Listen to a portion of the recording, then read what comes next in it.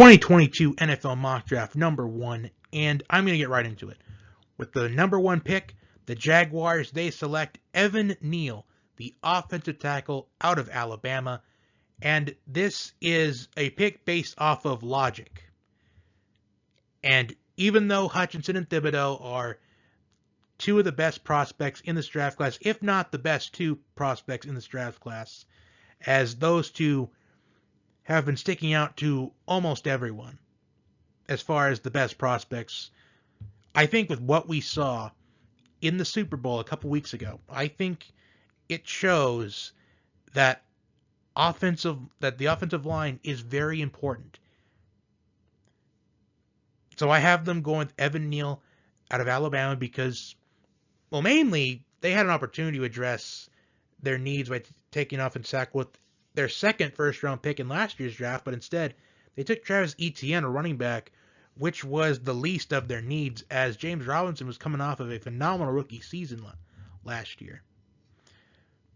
Number 2, the Lions, I have them going with Aiden Hutchinson, the edge rusher out of Michigan. And with the Jaguars passing on Hutchinson and Thibodeau, the Lions, they have a choice between the two. And I think Hutchinson, as much as both Hutchinson and Thibodeau would be a good fit for Detroit, I just feel like Hutchinson would fit in a little bit better than Thibodeau would, but it's really close. Aiden Hutchinson stays in Michigan, which is a big reason why it's a good fit. And also, Aiden Hutchinson is the type of guy that Dan Campbell really wants. A player that knows how to win games, a player that plays the chip on their shoulder. And Aiden Hutchinson was a big reason why Michigan won the Big Ten championship and why Michigan made the college football playoff.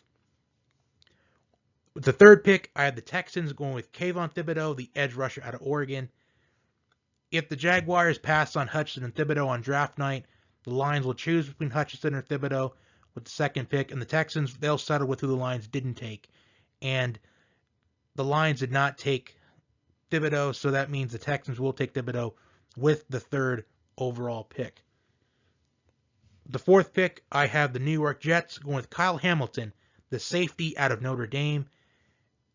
And this is a good pick for two reasons. One, it addresses big needs within their secondary, and this is a perfect pick to replace Jamal Adams. And two, Kyle Hamilton is the best player available at this point in the draft. And even though the Jets' biggest need is a cornerback, there's a possibility they can still end up with Derek Stingley Jr. or Ahmad Gardner, one of the two best corners in this draft class, the two corners that stick out to everyone. It's possible they can still get them with the 10th pick, as they do pick later on in this top 10.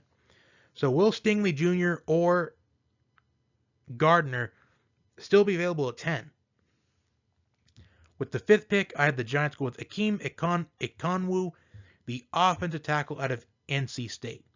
Now, it has been revealed to us that Daniel Jones will be the starting quarterback for the Giants heading into the 2022 season.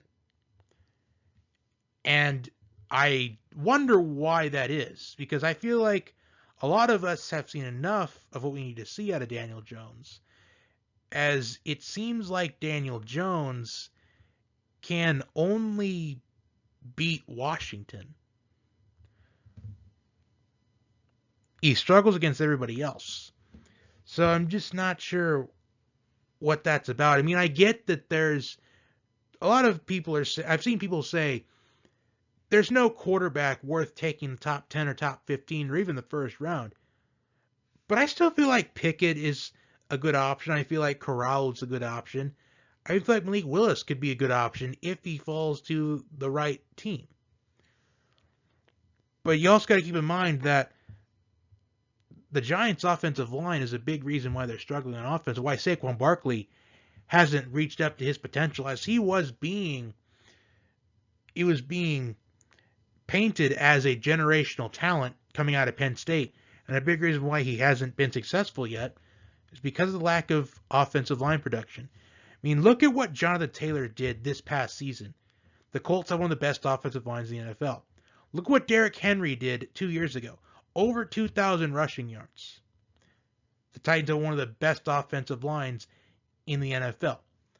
look at what Nick Chubb and what Kareem Hunt have been doing for the Browns. A good 1-2 punch as far as running back duos are concerned.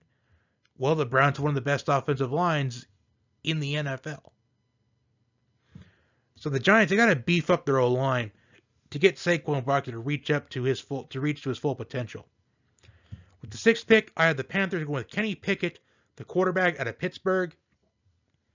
And this is a pick based off of, I'm going to address that there was a rumor that was, it was talked about that the Panthers are interested in trading for Kirk Cousins. Well, this pick is based off of that trade not playing out. As Matt Rule is on the hot seat coming into the 2022 season. And this pick is a defiant last stand to keep Matt Rule's job. Because I really doubt that Matt Rule, with his job on the line, wants to go with Sam Darnold at quarterback or Cam Newton at quarterback. I think he wants to try to go for broke here and try to make Kenny Pickett a day one starter and see how he does this season. With the 7th pick, I have the Giants with their 2nd first-round pick going with David Ojabo, the edge rusher out of Michigan. Hutchinson and Ojabo were a dominant pass rushing duo this season for Michigan. And I feel like Ojabo doesn't get the credit that he deserves. I feel like he's just being overshadowed by Hutchinson. And if Hutchinson didn't get a lot of the accolades, like a Heisman Trophy finalist, if he wasn't getting those accolades, I feel like many could say that Ojabo is worthy of being a top 5 pick. And, I even think he probably is worthy of being a top 5 pick. As those two together were really lethal last year for the Wolverines. Number 8, with the 8th pick, I had the Atlanta Falcons going with Treylon Burks, the wide receiver out of Arkansas. Now, the Falcons' biggest needs are on defense, and they could use some help with the offensive line. I mean, there's been a lot of issues with the offensive line. Chris Lindstrom had a phenomenal 2021 season, but their offensive line needs to be improved. But with Neal off the board and Nakanu off the board, I feel like it could be a bit too early to go with the Charles Cross out of Mississippi State. You also got to keep in mind, too, that the Falcons, they traded Julio Jones, and they are in talks of trading Calvin Ridley. So, Julio Jones and Calvin Ridley were the top 2 receivers for the Falcons on their depth chart. And now they trade away Julio Jones, and now they're talking about trading Calvin Ridley. Who's your number 1 receiver at this point? I mean, Russell Gage. Do the Falcons really think Russell Gage can be a number 1 option for Matt Ryan or whoever the quarterback's going to be in the near future? I doubt it. So you just got to go with Treylon Burks out of Arkansas, who I think is the best wide receiver in this draft class. And I feel like you got to take a wide receiver in the first round, because we've seen a lot of first-round wide receivers already start to make a huge impact in the NFL. I mean, we saw last year with Jamar Chase. Well, this season with Jamar Chase. Last year with Justin Jefferson. We've seen CeeDee Lamb step up. We've seen Jerry Jeudy, I think, has a big role coming up in this Broncos offense. So I think Jerry Jeudy has mainly been slowed down by his injuries. But a lot of wide receivers that are taken in this first round, a lot of them are making big impacts. With the 9th pick, I had the Broncos with Matt Corral, the quarterback out of Ole Miss. Now, there are rumors that Aaron Rodgers could be heading to Denver.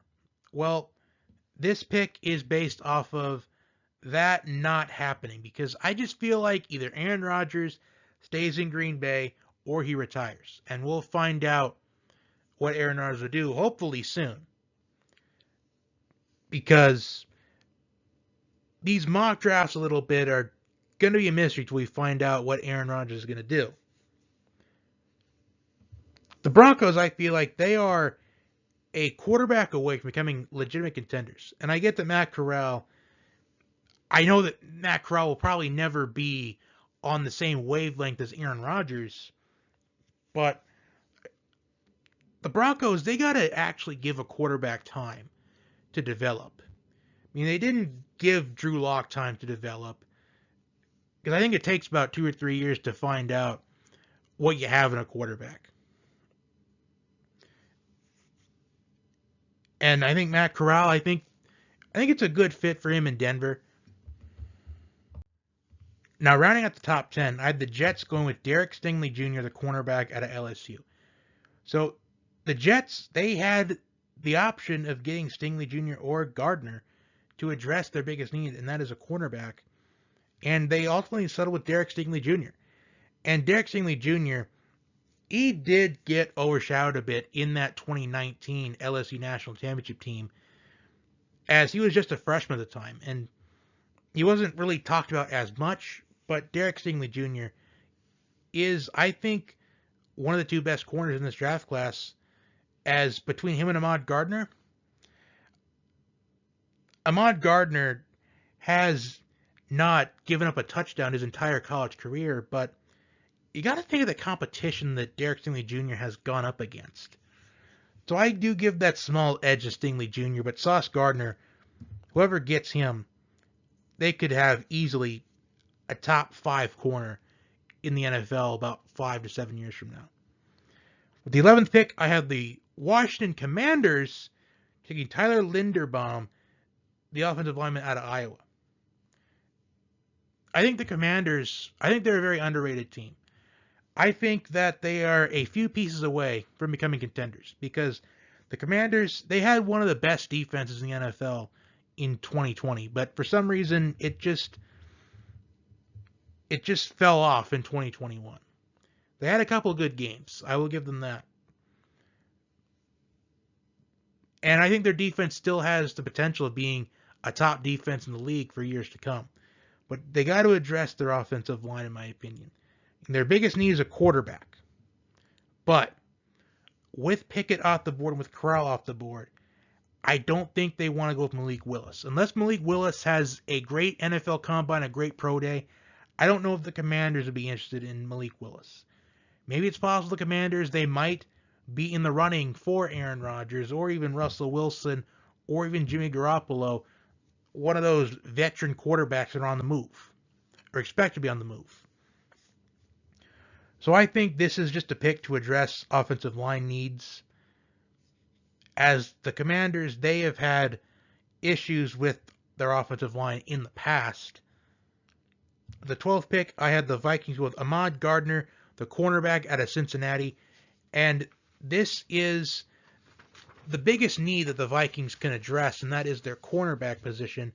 And they take Ahmad Gardner, the best corner available, or it's possibly going to end up being the best corner in this draft class. With the 13th pick, I had the Browns going with Garrett Wilson, the wide receiver out of Ohio State. The Browns, they address one of their biggest needs with Odell Beckham not panning out at all in Cleveland. The Browns take Garrett Wilson as Wilson stays in Ohio. The 14th pick, I have the Ravens going with Jordan Davis, the defensive lineman out of Georgia. And the Ravens, this is just a pick where they address one of their biggest needs. As the Ravens defense, they struggled all season long. They were hindered by injuries all throughout the season. Even in the preseason, they were just dismantled by injuries. So the Ravens, not only do they address one of their biggest needs, but they can also maybe get some depth in the process. With the 15th pick and the 16th pick, the Eagles have back-to-back picks here. So they pick 15 and 16. So with the 15th pick, the Eagles, they take Trent McDuffie, the cornerback out of Washington, by addressing one of their biggest needs at the secondary position. And with the 16th pick, they take Nakobe Dean, the linebacker out of Georgia. So the Eagles, with these first two picks, out of their 3 first-round picks, as they will be picking again in a couple of picks from now, the Eagles, they are addressing their needs on defense. As I've seen a certain Eagles fan that I interact with want a wide receiver, wanting Treylon Burks, wanting Drake London. But I think the Eagles, I think they're wanting to address their needs on their defense. I think their defense is more of a priority at this point than a wide receiver, because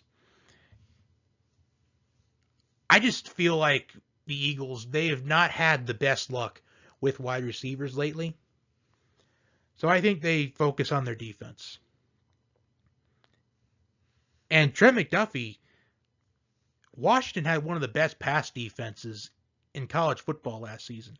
And Nakobe Dean, coming off of a national championship with the Georgia Bulldogs, he has that championship pedigree that teams want. They want players that, well, any team wants a player that knows how to play in big games where the pressure doesn't get to him. And that's what Nakobe Dean has to offer for the Eagles. With the 17th pick, I had the Chargers going with Jameson Williams, the wide receiver out of Alabama. And Jameson Williams, his draft stock has fallen a little bit with that ACL injury in the national title game. But the Chargers, I think they get a massive steal here with Jameson Williams, because Mike Williams is expected to hit the free agency market and not be back with the Chargers. So they go out and get Jameson Williams, a guy with speed, a great route runner. As Jameson Williams, he averaged over 20 yards per catch last season with the Crimson Tide. So he is a deep threat. With the 18th pick, I had the Saints going with Chris Olave, wide receiver out of Ohio State, as it's possible that the Saints are going to trade Michael Thomas at some point. Even if they don't, and they stick with Michael Thomas, you give whoever the Saints quarterback's going to be, whether it be Jameis Winston or somebody else, another target to throw to. And like I said earlier, we've seen a lot of wide receivers taken in the first round in the last couple of drafts already start to have a big impact in the NFL. With the 19th pick, the Eagles are back on the clock again, and I have them going with George Karlaftis, the edge rusher out of Purdue. Now, Karlaftis, this would be a steal at this point for the Eagles. And the reason why is because there were mock drafts early in the season where they had Karlaftis in the top 10 or even top 5. So for the Eagles to get him at pick 19, this would be a massive steal in my opinion. So with the first 3 picks in the Eagles draft, they address big needs with their defense. With the 20th pick, the Steelers, they select Charles Cross, the offensive tackle out of Mississippi State.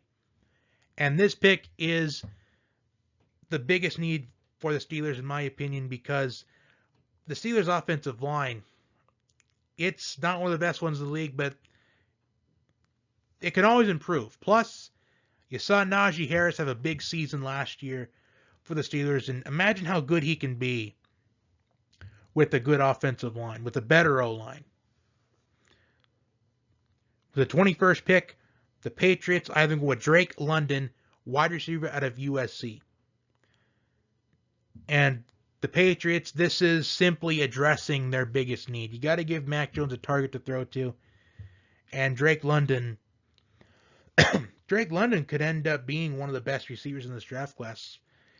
He could even be second or third best. I mean, you just got to look. This wide receiver class, it's been stacked these last couple of years. And I think this class is more stacked than I think it was in 2020.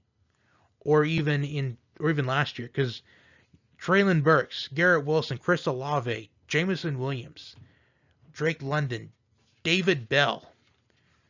And there's a lot of other talented receivers later on in rounds that could be huge deals.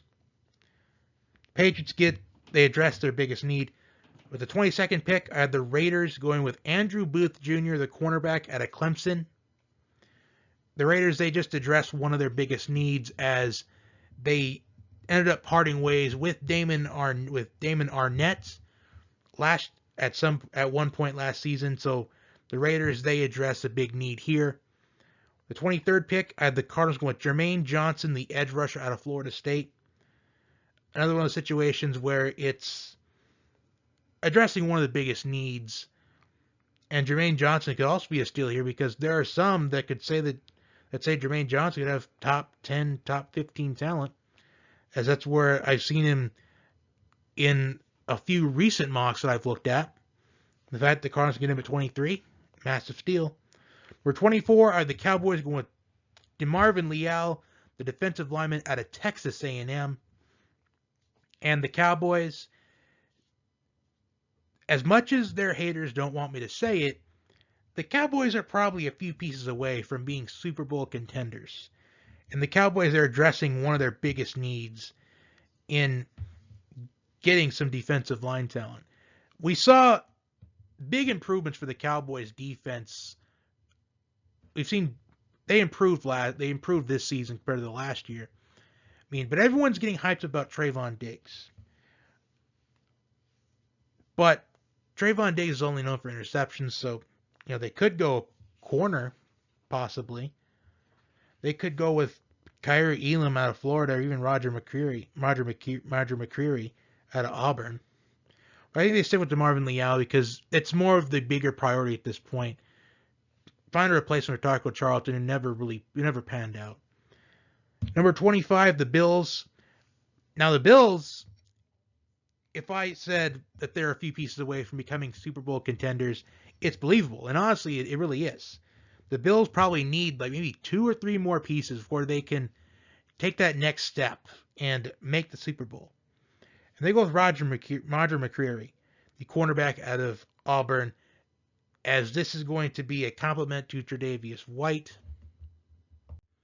I could also see them going with David Bell or even Jahan Dotson or any receiver really. If there was one of the big ones that have been taken early in this mock draft, if they happen to fall at 25, I could see that happening with Emmanuel Sanders being a free agent and Isaiah McKenzie being a free agent to complement Stephon Diggs,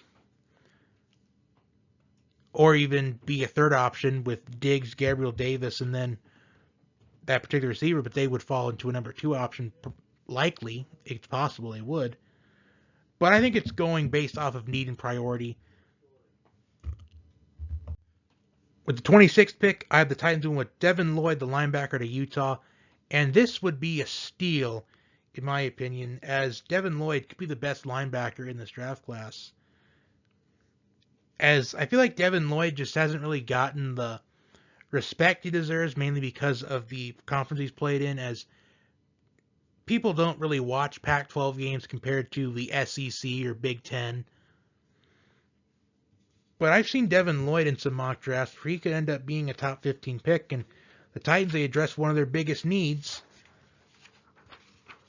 That could be a steal for them, as the Titans, they could be contenders as well. They could also be a quarterback away, or even a few players away here from being contenders. Number 27, the Buccaneers. I am going with Jahan Dotson, the wide receiver out of Penn State. And this is the logical choice here for the Bucs because Chris Godwin's expected to be a free agent. So this pick is based off of Chris Godwin not returning to Tampa Bay. Number 28, the Packers going with David Bell, wide receiver out of Purdue. So we're seeing a lot of wide receivers in this first round of the draft coming off the board. As the Packers, they came out and said they're going to do everything they can to keep Aaron Rodgers in Green Bay. And what better way to do that is to address some needs around the Packers and giving Aaron Rodgers another target to throw to, as there is some contract conflicts coming up with this Packers team, Lazard and Valdez-Scantling. You got to find another wide receiver, and I think David Bell is a good option here. I feel like this is the right spot for David Bell to be taken. Number 29, I had the Dolphins go with Kenyon Green, the offensive lineman out of Texas A&M. And it's simple to protect your franchise quarterback in Tua Tagovailoa, as we saw Mike McDaniels. We saw that clip of him like FaceTiming Tua about how his goal is to help him develop into the quarterback that he is destined to be. And what better way to do that is to find offensive linemen to protect him. Number 30, I had the Chiefs going with Kaiir Elam, the cornerback out of Florida. The Chiefs, they address their biggest need in that secondary, as The Chiefs defense, they struggled all season long, and they have been struggling for the last couple of seasons. 31, I had the Bengals taking the simple route and going with Daniel Falili, the offensive tackle out of Minnesota, as we saw Joe Burrow getting harassed in the Super Bowl, especially in that second half. I don't think I've seen a quarterback get harassed more than I saw Joe Burrow get harassed this past season. I'm talking about getting harassed as far as pressured and bothered, as he was sacked a total of 70 times this past season, which is the third most in NFL history. So the Bengals addressed their offensive line, their biggest priority. And rounding out the first round, the Lions, with their second first-round pick, as part of that Matthew Stafford trade, they go with Trayvon Walker, the defensive lineman out of Georgia. So the Lions take another prospect that has championship mentality, that has that championship attribute to them, with Walker coming off of a national championship with the Bulldogs, the prospect that Dan Campbell needs. So that wraps up my first NFL mock draft of the year. Like, share, subscribe, comment. Until next time, have a wonderful day.